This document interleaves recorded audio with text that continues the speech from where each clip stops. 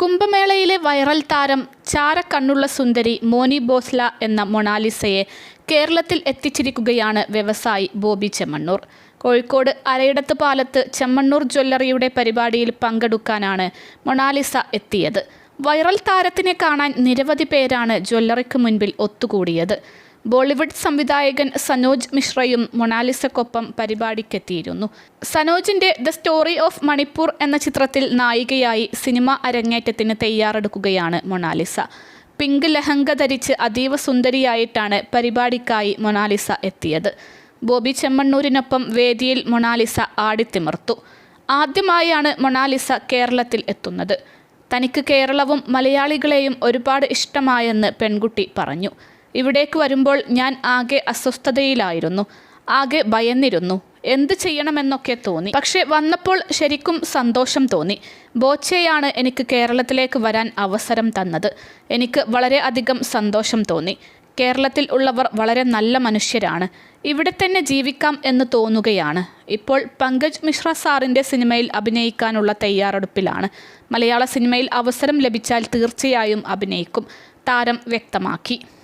Don't worry money ഉണ്ടെന്നീ മണി ഈസിയായി നേടൂ Valluvanad easy ആവശ്യം ഏതുമാകട്ടെ പണം ഞങ്ങൾ തരും.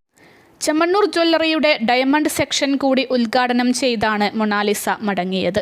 സെക്ഷനിൽ വെച്ച് കോടികൾ വിലയുള്ള ഡയമണ്ട് നെക്ലേസ് ബോബി ചെമ്മണ്ണൂർ മൊണാലിസയെ അണിയിക്കുകയും ചെയ്തു. ഏകദേശം 15 ലക്ഷത്തോളം രൂപ പ്രതിഫലമായി നൽകിയാണ് മൊണാലിസയെ ബോബി ചെമ്മണ്ണൂർ കേരളത്തിൽ എത്തിച്ചത്. മുൻപ് അതിഥികളായി എത്തിയവരിൽ പലരെയും ലക്ഷങ്ങൾ വിലയുള്ള ആഭരണങ്ങൾ ബോബി അണിയിച്ചിട്ടുണ്ട്. നടി ശ്വേതാ മേനോനെ 40 ലക്ഷത്തിലേറെ വിലയുള്ള നെക്ലേസ് ബോബി ചെമ്മണ്ണൂർ അണിയിച്ച വീഡിയോയൊക്കെ മുൻപ് വൈറലായിരുന്നു. അതുകൊണ്ട് തന്നെ മൊണാലിസയ്ക്ക് ബോബി സ്വർണ്ണാഭരണങ്ങൾ സമ്മാനമായി നൽകുമോ എന്ന ചോദ്യങ്ങൾ ആരാധകർ ഉയർത്തിയിരുന്നു. എന്നാൽ ഇത് സംബന്ധിച്ചൊന്നും അദ്ദേഹം പ്രതികരിച്ചിട്ടില്ല. അതിനിടെ മൊണാലിസയുടെ ഉദ്ഘാടന വീഡിയോ വൈറലാകാൻ തുടങ്ങിയതോടെ നിരവധി പേരാണ് വീഡിയോയ്ക്ക് താഴെ കമൻറ്റുമായി എത്തുന്നത്. ഹണി റോസിനെ കൊണ്ടുവരുന്നതിനേക്കാൾ പാവപ്പെട്ട വീട്ടിലെ ഒരു കുട്ടിക്ക് ഉപകാരം ഉണ്ടായത് നല്ല കാര്യം. ആശംസകൾ. ജീവിതത്തിൽ ബുദ്ധിമുട്ടുകൾ നേരിട്ട ഒരു പെൺകുട്ടിക്ക് ഇത്തരത്തിൽ ഒരു ഉയർച്ച ഉണ്ടായതിൽ വളരെ സന്തോഷം.